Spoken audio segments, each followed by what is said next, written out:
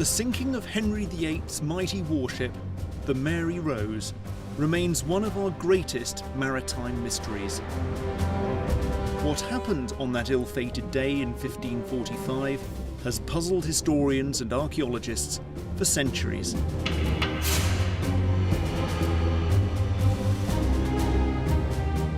Now, scientists investigating the skeletons have uncovered new evidence about the crew.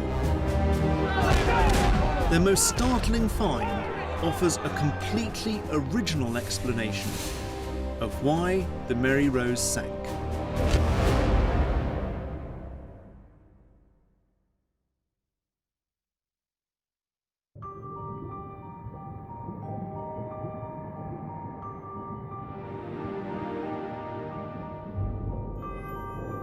It's a time capsule. These people are lying there, often clothed in what they were wearing, carrying the equipment they would have carried, with their personal possessions with them. And you can't help but look at these people, firstly sense the tragedy, and then secondly wonder who they were. How did they come to be there? What were they doing on board when they met their deaths there? In the early 1980s, I volunteered as a diver on the Mary Rose. Today, I'm an intensive care doctor and carry out research at University College London. My later research has focused on how bones change with exercise and with injury patterns, and you can actually learn a lot about a person from the way their skeleton is. So that's my passion now, is to take that knowledge back 20 odd years to see if we can't work out who these people were. I was one of 500 divers working on the Mary Rose. It was one of the largest underwater excavations ever undertaken.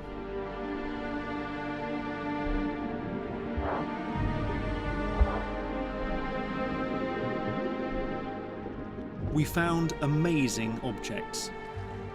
Longbows, bronze cannon, and alongside these weapons of war, more personal possessions.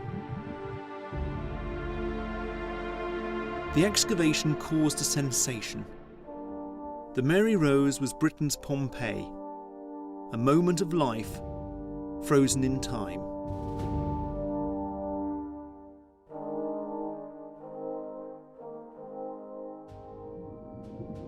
Up to now, attention has focused on these objects. But what both fascinated and appalled the divers were the human remains.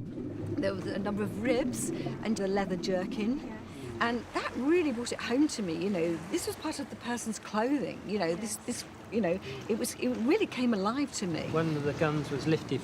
That's right, there was a body trapped absolutely trapped underneath it. That's and right, you realise how that person died. He was caught with his arms beneath, wasn't he? Yeah. And you imagined this poor fellow trapped under this, probably a ton of bronze, in his last moments trying to shift it. And of course they can't have thought when they set out that that was what the day held for them.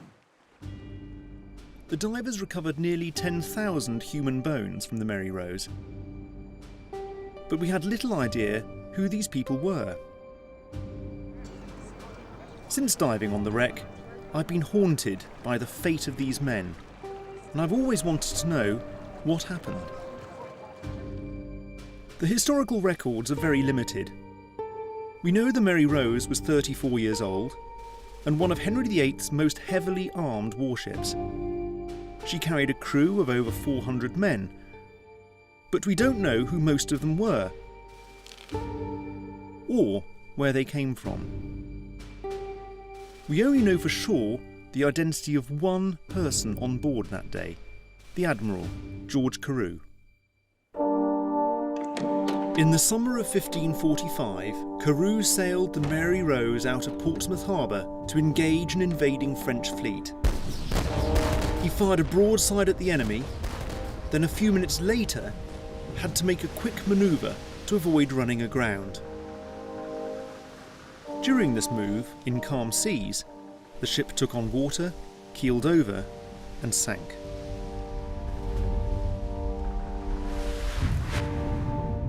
The reason for this disaster has always puzzled me.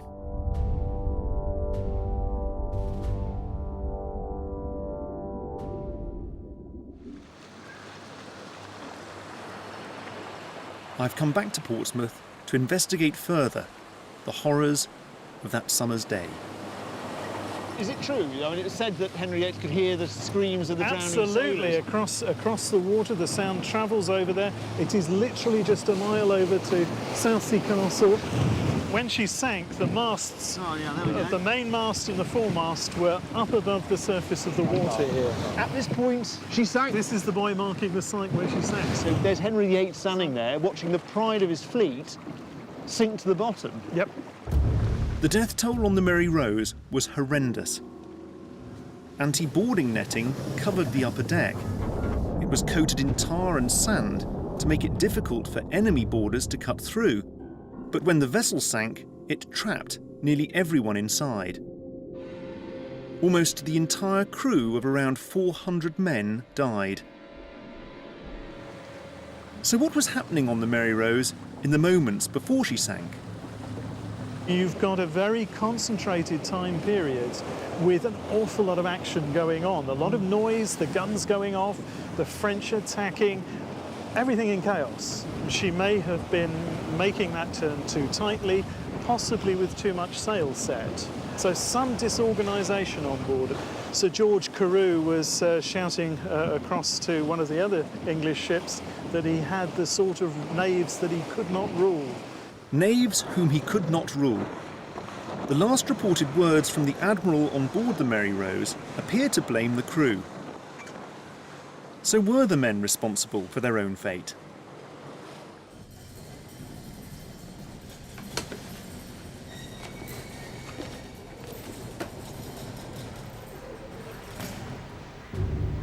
The Mary Rose Trust has allowed us to carry out an exhaustive scientific investigation of the crew found in the wreck.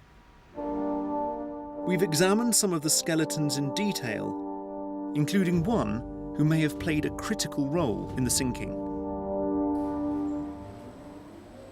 When we set out, I had no idea that this forensic detective work would lead to a startling conclusion about why the Mary Rose sank.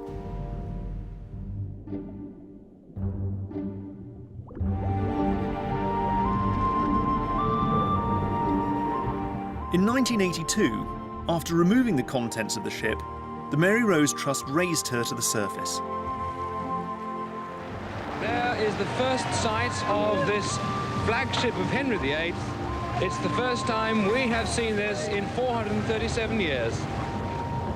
What an amazing sight. This oak hull had been a giant coffin for most of the men of the Mary Rose.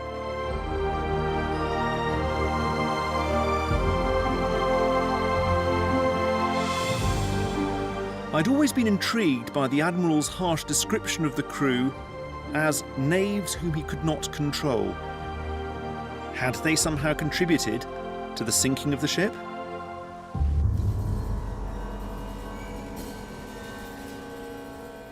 To help lay their ghosts to rest, I'm determined to find out more about the crew. I've returned to the ship, shrouded in its preservative mist, to find out who would have been where and doing what at the time of the sinking. Look at that.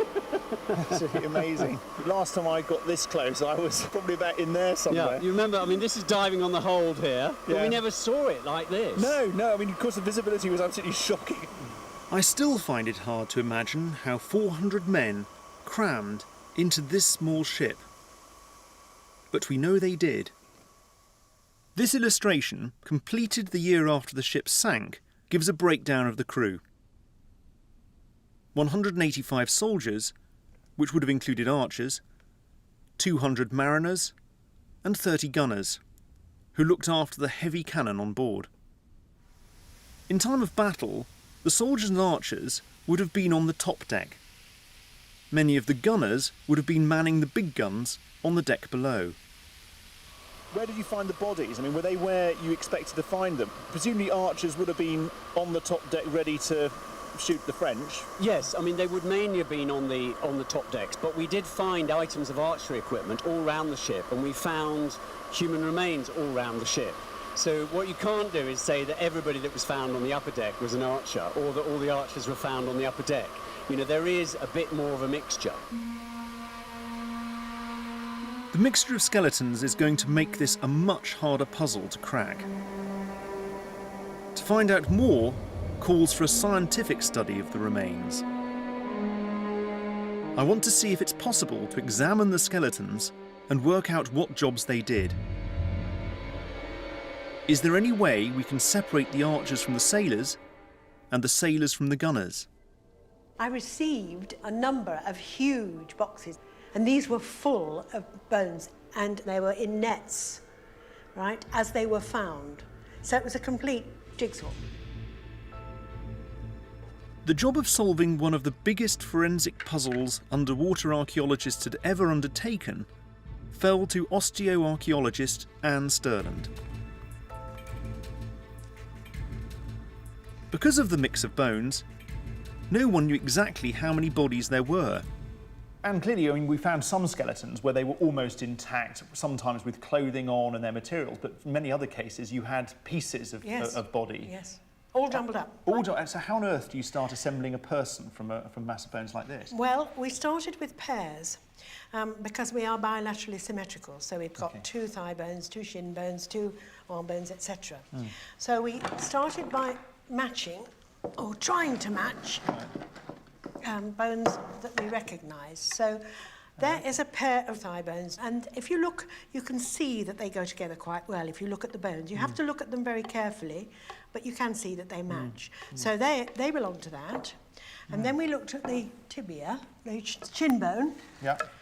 So it's really some matching to build them together Yes, in terms of proportion and symmetry. That's right. Then we looked at the pelvis, because we can fit the femur into the pelvis, and this is a right. So that goes in there like that. Right. And you work your way up We work the our body way in up, this sort so of you way. then start and build up the vertebra. Anne set to work sorting the bones into individual skeletons. From the thousands of bones, it turned out we had the remains of 197 individuals. But only 92 were complete enough to be reconstructed. From these 92, I've selected 3 skeletons for further scientific investigation.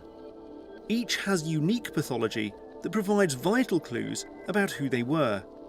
And one of them, the shortest of the 3, may have contributed to the demise of the ship.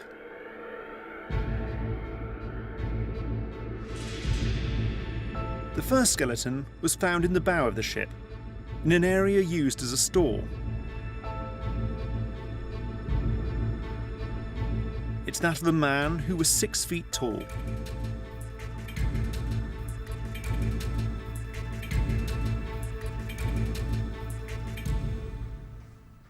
To try to find out what he and the other 2 men looked like, I've sent their skulls to medical artist Richard Neve. His drawings of forensically reconstructed faces have helped the police solve crimes. The first challenge is to put flesh on the skull. He uses modern measurements of flesh thickness collected from living people using ultrasound. I'm attaching these small wax pegs lightly to the surface of the skull, and they indicate the average thickness of soft tissue at these particular anatomical points. The measurements are based on a series of white individuals between the ages of 20 and 29, and they will help to guide the amount of flesh, if you like, that is laid over the surface of the skull. The pegs provide critical markers to enable Richard to construct a 3D map of the face. What I first have to establish is the width of the nose and the position and width of the mouth. Putting an eye in place fairly quickly, put the other eye in. Sketching by hand produces a likeness with far more character than a computer-generated reconstruction. So we take the skull away now.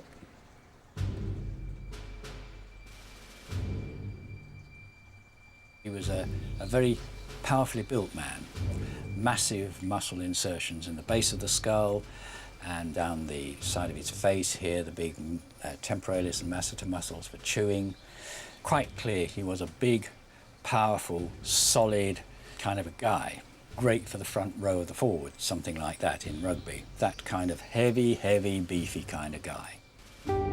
This description of a big, muscular man could fit most of the crew. To help find out what this man did on the ship, I've sought the advice of osteoarchaeologist Rose Drew. She has studied ancient skeletons from around the world. Okay, so this is a big guy in the prime of life. Any clues then as to what this man did for a living? Offhand, I'd say the most striking wear was done on his shoulders. With his shoulder blades, this thing here is called the acromion. And your clavicle, your collarbone, travels from the sternum to the acromion. Well, the acromion is missing its tip. Bones fuse as you age, and the tip fuses on after you're 16, 17, like that. There's the tip, and you can see it's got that kind of a bubbly appearance, so that it was fused in life, but only with soft tissue. And what stopped this joining as it should have done? Well, I think it kept moving when it should have not been moving. It was strained. It was stressed, actually. It's a better So this was way. a lot of repeated load on this. Well, whatever he was doing, it was very strenuous to his shoulder area. This rare disorder is known as os acromiale. So what could cause this man's shoulder blades to be in two parts? In children, the tip of the shoulder blade is joined to the main part by a piece of soft cartilage. This allows the shoulder joint to expand as we grow.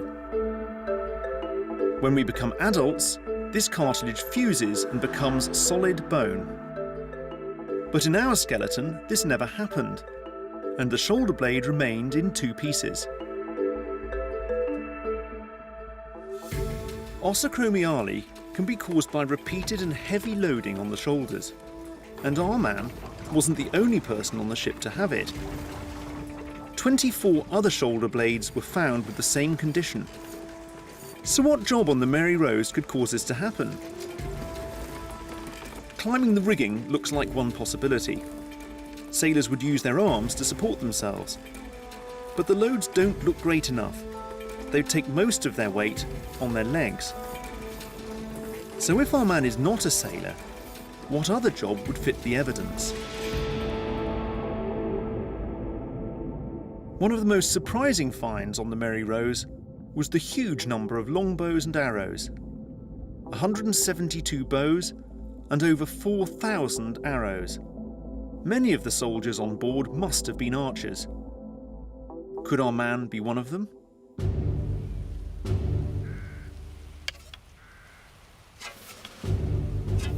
Pulling a heavy bow requires a lot of strength.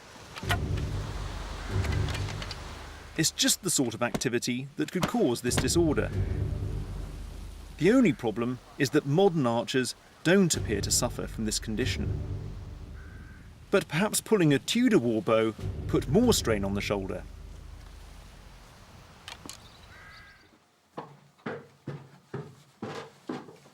Steve Stratton is a bowyer.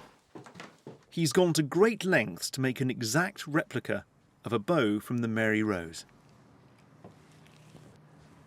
Most people believe that the yew trees in this country were used for making bows.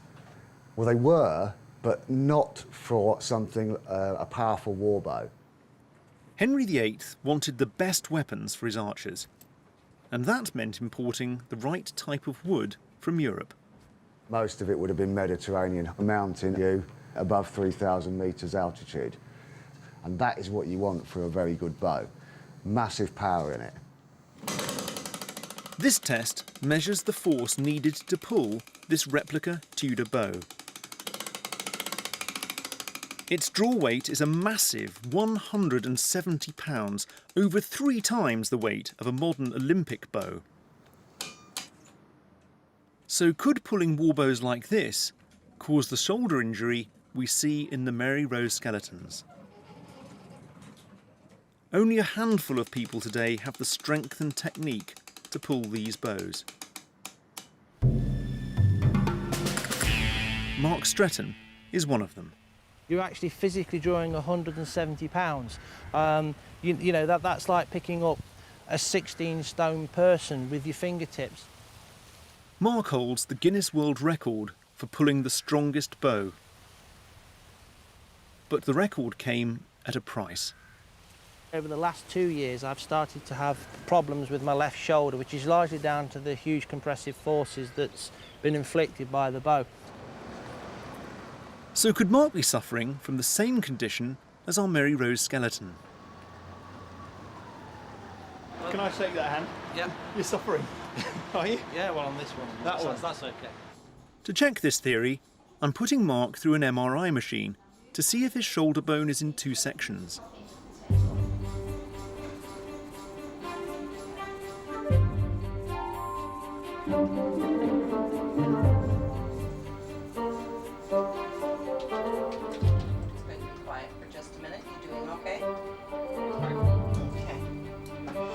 Slice by slice, the magnetic resonance imaging machine builds up a picture of Mark's shoulder.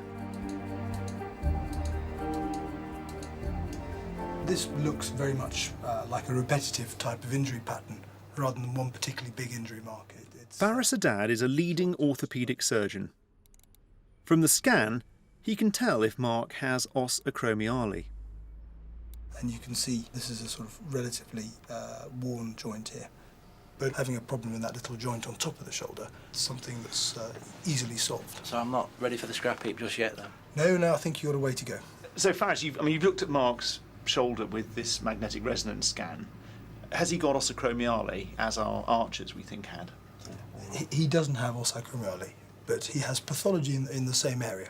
And so you could say that he's got a problem in that exact same region, but he doesn't have os acromiale, which typically is a sort of problem that would have developed in childhood. It's a failure of a growth plate to fuse.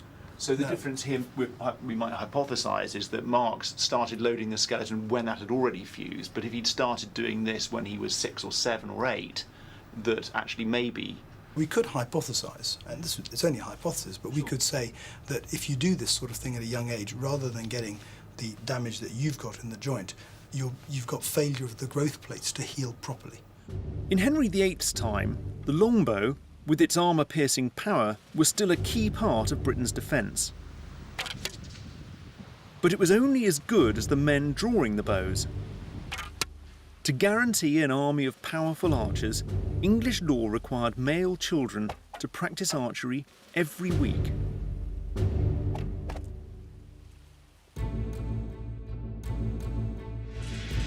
When young archers drew a heavy warbow, the tip of the shoulder blade would be constantly pushed or pulled. It would never stay still long enough to fuse into bone and would remain in 2 pieces. From the evidence, our first skeleton is almost certainly that of a Tudor archer. The position of his body in the hold suggests he was collecting supplies when the ship sank. Down here, he had no chance of escape. But what about our other 2 skeletons? The bones of our second man suggest an unusually brutal life on board the Mary Rose, while our third man might have been one of those responsible for failing to save the ship.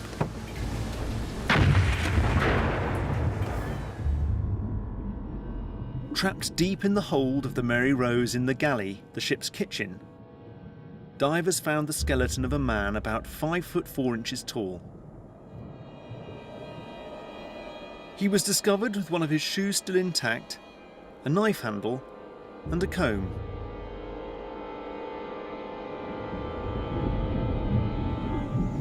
His body lay among scattered bricks, all that was left of the ship's oven. If he lived and died where he was found, he could have been a cook. And if he was a cook, then we may even have his name. One of the wooden eating bowls recovered from the Mary Rose is carved with the words "Nye Cop," cook. Could this have belonged to our skeleton? Could these be the remains of Nykop? What does medical artist Richard Neve think he looked like? Our second chap, well, he was a young man, 20-something, and by all appearances he was very healthy, very strong. He would have had this kind of youthful appearance, unless there's been some dreadful period in their life where they've been malnourished and so on and so forth. The ravages of time haven't taken their toll. What do the bones tell us about? I was keen to learn what osteoarchaeologist Rose Drew would make of this younger man. Did he have the physique of a cook? One of the first things that struck me when I met him, if you will, was that he had ripped both kneecaps rather dramatically, well before he died, because they'd healed as best they could. But the ligaments that would go from the tibia, the shin bone, on up here, are just ripped and torn. They're even away from the body of the bone. Yeah, so whatever he did it at the same time with an equal strain to both legs. This is osteoarthritis. He's got evidence here that he was doing too much lifting when he was younger on his vertebrae. So these are backbones again. That's here. the backbones. So he's wearing himself out, really, this guy. Oh, he really is. And this, the collarbone, the ligament underneath that attaches it to the breastbone is, again, it's heavily eroded. It's just a big gaping hole. That's the ligament that's been deeply strained. Goodness gracious. So, I mean, this bloke would have been suffering, presumably. I mean, he's already getting arthritis. He's going to be aches and pains quite a lot. Oh, seriously. Whatever he did was very hard labor. This man has some terrible injuries for someone still in his 20s. Whatever he did, it was probably more physical than being a cook. To investigate further what his job might be, we put his bones through a CT scanner. From my own medical research, I know that exercise can alter the shape of bones. The X-ray slices of his upper arm bones can tell us how much he was using them. So as you go through, you can see that the bone shafts are actually pretty thick. And this isn't disease that's making it thick. It's bone that's got thick because it was being stressed. It had grown to become strong. Yes, bone thickness will be... But Rose has noticed something else about his arm bones. These are very symmetrical and they're thick. Right, so this is again heavy loading both sides at once. Yes, whatever he was doing it evenly on both arms. I really lean more toward heavy objects that are being lifted with both arms. Right. Pushed with both arms, handled with both arms equally. The symmetry of his arm bones provides a clue to his occupation. There was some thought that he might have been associated with the kitchen because he was found down in the hold near the kitchen area, has these big cauldrons. And you would think that feeding a crew would be heavy-duty work, but I also think it would be very asymmetrical or unbalanced what you'd be doing. You'd be chopping with one hand. You would probably pick up heavy things with both arms, I'm sure, but you'd still do more with one arm than the other. And his bones are really very even. So given what we know of this skeleton, any guesses as to what he might have been? What would you say he did? I would really want to say gunner because of the heavy loads involved with doing the gunning. So potentially a gunner? But potentially a gunner, yes.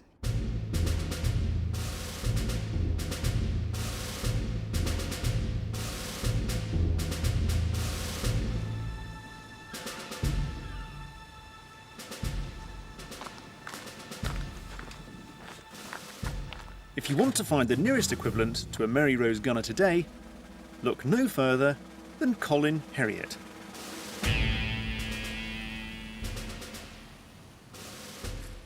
Tempo me cartridge. He's worked with cannon for nearly half his life. He's fascinated by the power of these explosive weapons. In with the ball. Prick and prime. Give him fire.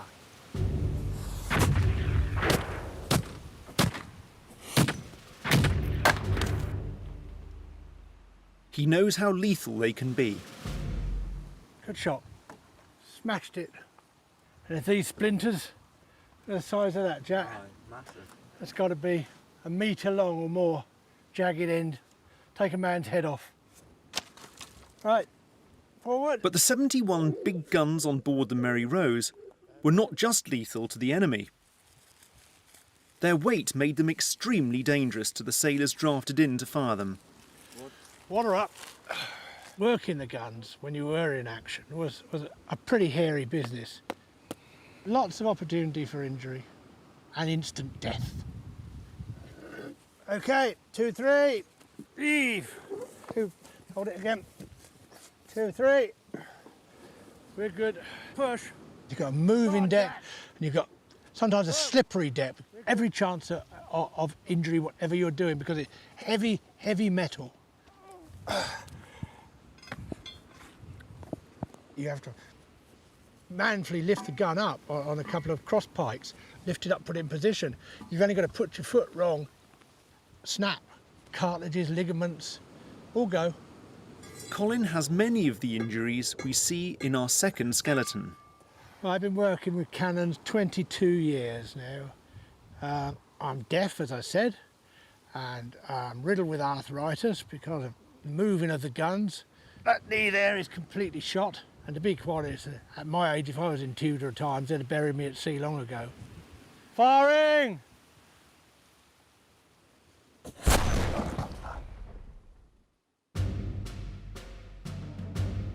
Our sailor's injury is consistent with an accident lifting the heavy breech of one of the wrought iron guns.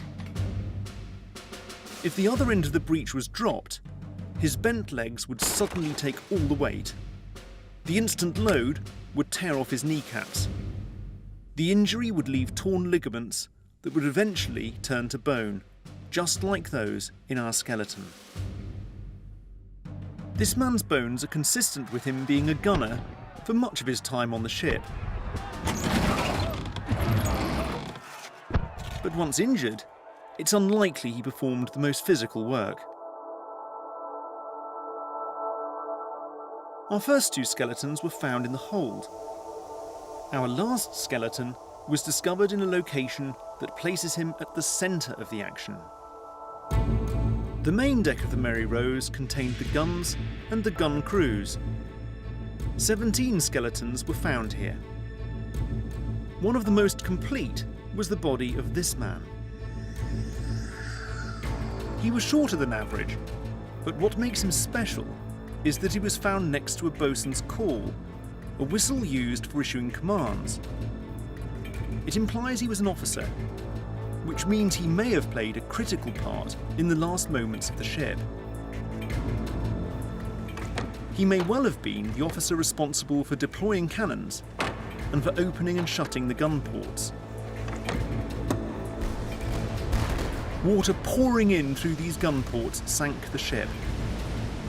Why the crew failed to close them is at the heart of this mystery.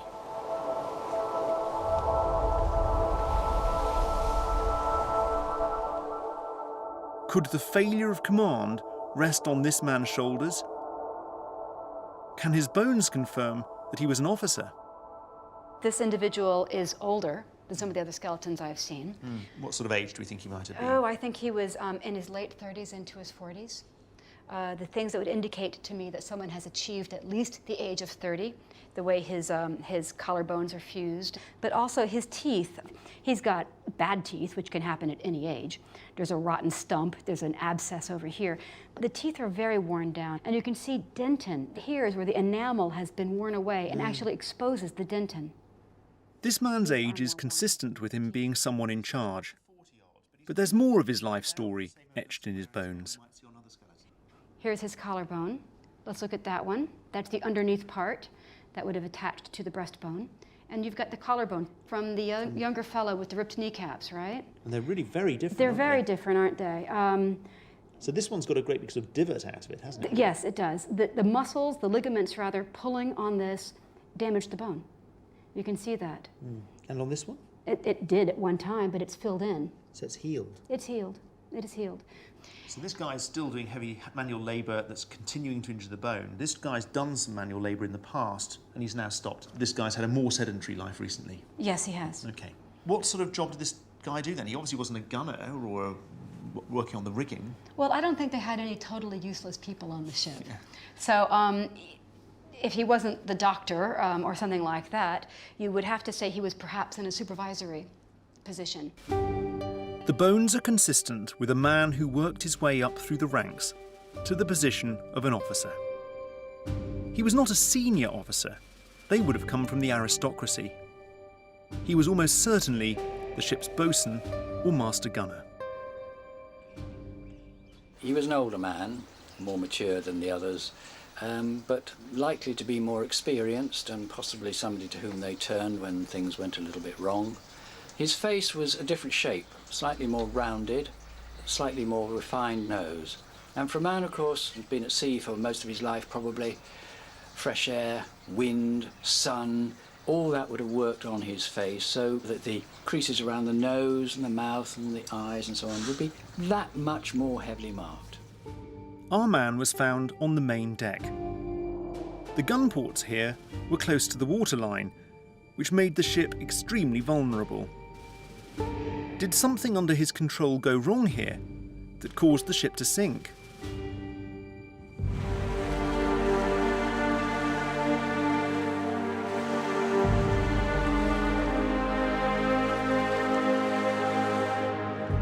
Maritime archaeologist Alex Hildred has investigated the final moments of the Mary Rose. What happened to the ship rested on the actions of those on the gun deck. How close to the water would we have been? About just over a metre from the water Is that line all? here.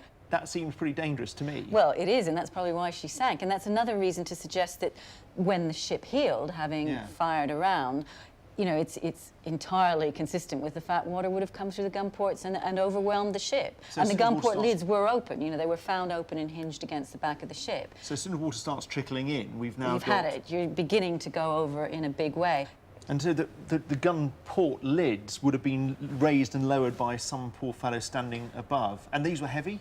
Well, 55 kilos, 50 kilos, and pulling against a ship that's moving. It's quite a long way over, and having to pull this down at the behest of the master gunner when there's all sorts of noise happening, with the only communication being through a ventilation shaft there. And it's no wonder they didn't manage to shut the lids.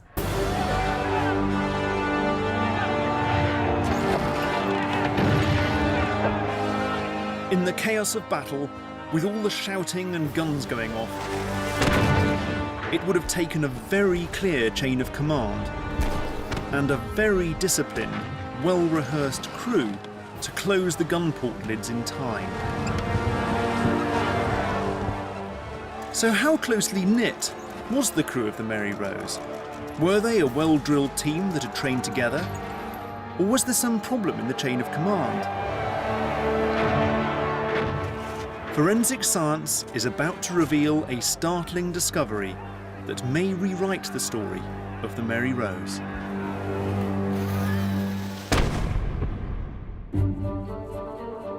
To pinpoint the geographical origins of our 3 crew members, we've sent the skulls to undergo an innovative test with forensic expert Lynn Bell. We're going to sample the enamel.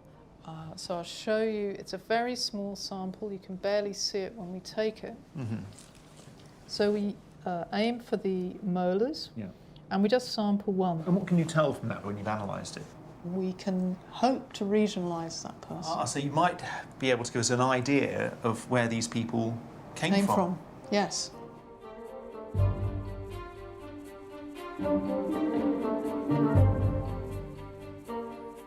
At Bradford University, Lynn's colleague, Professor Julia Lee Thorpe, extracts enamel from our 3 skeletons. The composition of our teeth varies according to where we lived as children. It depends on the type of water we consumed during the time our teeth were forming. Water molecules in clouds come in different forms. Some water molecules contain heavy atoms of oxygen, others light oxygen atoms. When it rains, the cloud releases more of the heavy type in warmer regions. This means the water in the soil varies slightly from place to place, and these differences can be plotted on a map.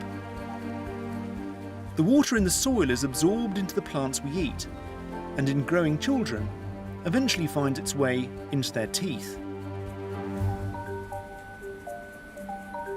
Using a mass spectrometer, Julia and Lynn can determine roughly where our 3 men lived when they were young.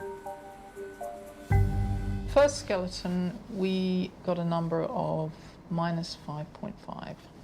So this is our potential archer, isn't This it? is the potential archer. If we look at 5.5, that puts him tightly into the British range. There's no doubt about him. Right. Could be southwest England or southwest Wales, isn't it? Yes, that's right. And the next one? Oh, the bosun. 4.6. 4.6. So quite different. Yeah. Not much of it, is there? I mean, No. sort of, you'd have to be right down here. I mean, it's very much on the edge. So sort of southwest Ireland or really Southwest England, Cornwall. yes, Cornwall. And then... So this is our potential gunner. This is the gunner. 4.5? 4.5. And this is an interesting value. Well, that's very low compared we to don't really see a 4.5 on this map. Right, so he might not be a native Brit. He may not be. Lynn has also analysed a larger sample of crew members. You've looked at 18 skeletons overall. How does that compare to the distribution of the other skeletons? Well, it compares really well because of my sample of 18, potentially 60% of the crew wasn't British on that day.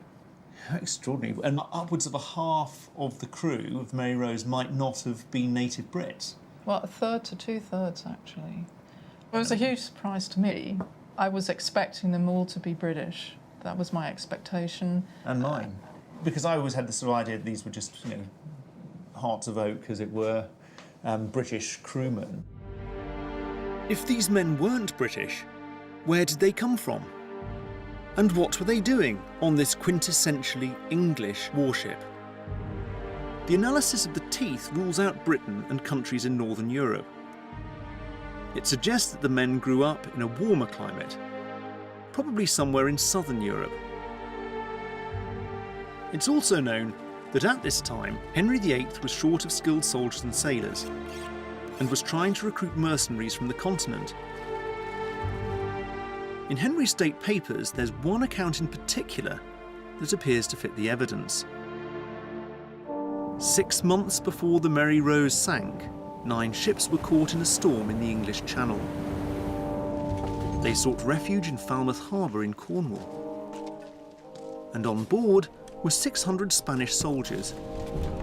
Starving and out of money, they were pressed into service for England. It's possible that some of these men were on the Mary Rose.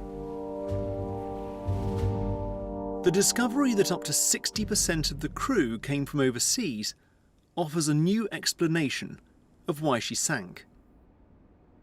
I have the knaves I cannot rule. Yeah. That's that strange remark made by the captain just before the sinking. I mean, it really does, for me, it just conjured up a picture of a zoo, really, of languages, you know. Well, you certainly wonder that if the boat did start heeling over and water started coming in, your chances of being able to do anything to rectify that, if actually you can't even communicate properly with your crew because 60% of them don't speak fluent English, potentially. I think it's a recipe for disaster. We may never know exactly what happened below decks as the Mary Rose sank, but the bones reveal a hidden story about her crew. The men who died here on that summer's day in 1545 were a mix of sailors from Britain and men far from home. The sight of those trapped skeletons left an enduring impression on me.